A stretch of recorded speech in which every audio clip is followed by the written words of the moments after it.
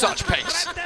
Yeah, I'm really, focused on this Dawnbreaker on a mid lane. We saw during the group stage Virtus.pro playing this hero 3 times as a carry. Yeah. It was relatively successful, but they stopped doing it. So I want to see what this hero can do from the mid lane. Like, your main item needs to be Echo Saber because the item is too good. I want to see how far Thompson can go, because anything that can dive in, anything that can juke, Thompson can play it. Anything that can be anywhere on the map with your team, right? And it's a trend we've been seeing throughout this TI. In the group stages now, the main event, heroes like Nature's Prophet, like this Dawnbreaker, the ability to traverse the map globally.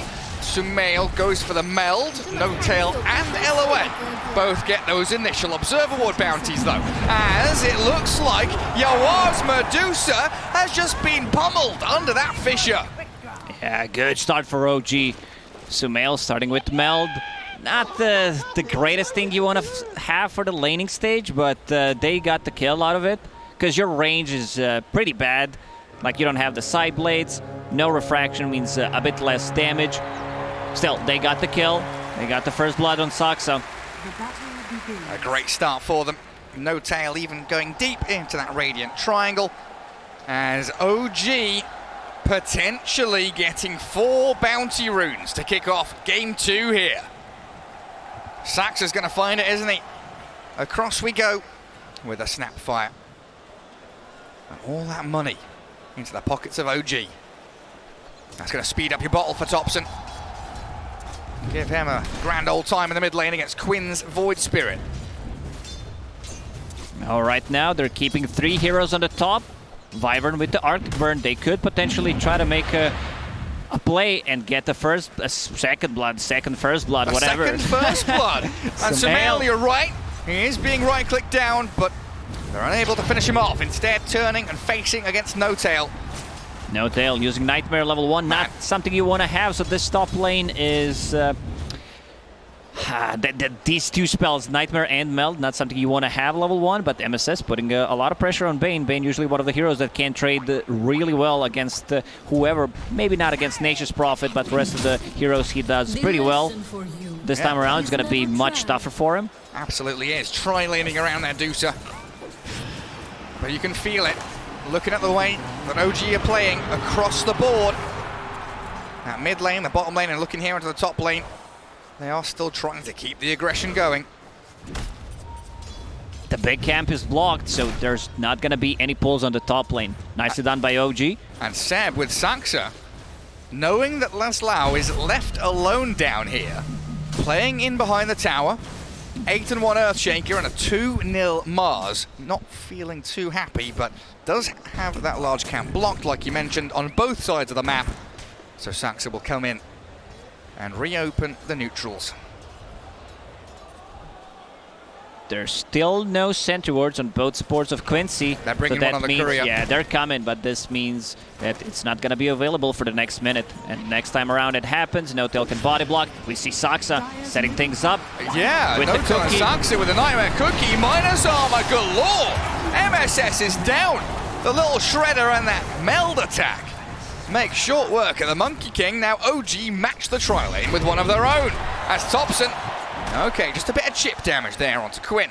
It was only a matter of time until Saxa shows up on the top lane. He got his level 2 supports of Quincy.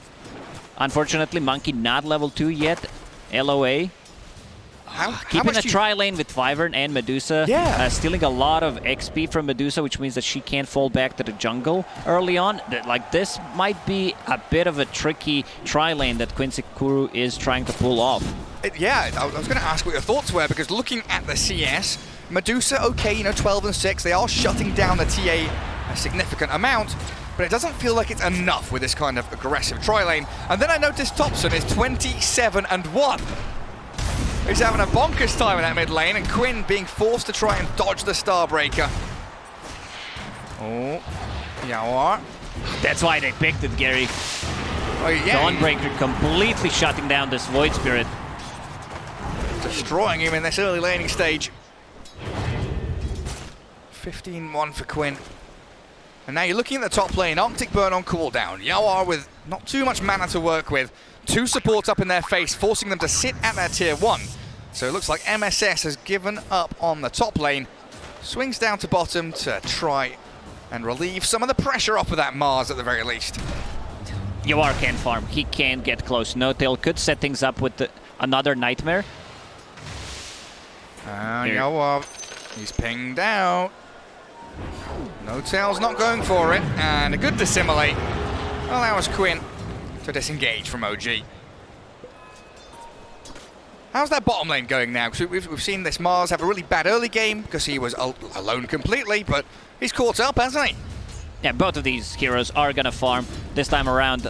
Something that Seb has really been good at is playing versus one-on-one, and also his itemization. I think this is his strongest part, like understanding what needs to be done in a certain situation, getting a boost of speed, getting a belt of strength, going for that earlier power treads. Also has a Ring of Health queued up, something that has been like really popular. Seb might not have expected MSS to still be lurking around down here, and he definitely wasn't expecting Yawar to arrive, but Seb with the stuns holds them back for a sec. Oh, he's dipping into the trees, but he can't juke away. Laslau and MSS clear through the Earthshaker, and that allows them to swap their lanes again. They were getting nothing done on the top lane, so no surprise Medusa decided to go to the bottom. Now Mars level 5.5. They're going to need to play around Mars, who's very high level, doesn't have much mana to work with, needs to bring the courier. And that mid lane, tons of stuns. Sumail moves forward onto Laslau. No Tail front lining for his TA, making sure that the Arctic Burn is primarily doing damage to him and not onto Sumail. Monkey King. Oh, 2 jumps. He got the cookie stun. Monkey can jump higher. He can. Got a trampoline. Laslau, Nightmare traded back onto the TA there. A little bit of misplay from OG. So the Mars will be just all right. Especially with the backup of that Winter Wyvern. Solar Guardian is available on Dawnbreaker, so you gotta be very careful rune spawning. Quinn gonna be picking up that double damage. That's a big one. If anyone decides to step up a bit and move closer to the towers, Seb. Well, let's step up on Seb. There it is, the Solar Guardian coming in. Aim onto MSS with a good cookie. And a great turnaround from OG. You called for it. Thompson's movement. That global potential from the Dawnbreaker just appearing out of the woodwork. It's very hard. It's like playing against Nature's Prophet when he was a popular hero. On a mid lane, you know that there's going to be a ton of damage coming out, or Zeus, any kind of a global presence. So you need to be careful a bit whenever it's up. Sumail speared back. Great move by Laslau. And MSS, he's arrived here. Monkey King. There's the arena. Helped out by the arena. Will secure the Templar Assassin here. Chip away little by little and find that carry kill they need. Sumail, before dying, hiding inside the meld, inside the shadows, outside of the tower range, so they need to use at least that. Spend some gold on the supports, but valuable kill for Quincy. Tons of stacks being built up, though, on both sides. Dire, Radiant Triangle full up. Dire top jungle, plenty there for Medusa. them. But Yawar, good block. Nothing left to give here for Saxa and Seb.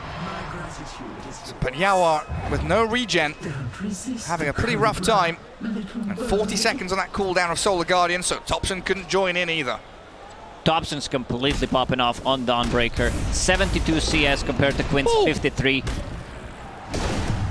A massive net worth difference between him and the Void Spirit too. 800.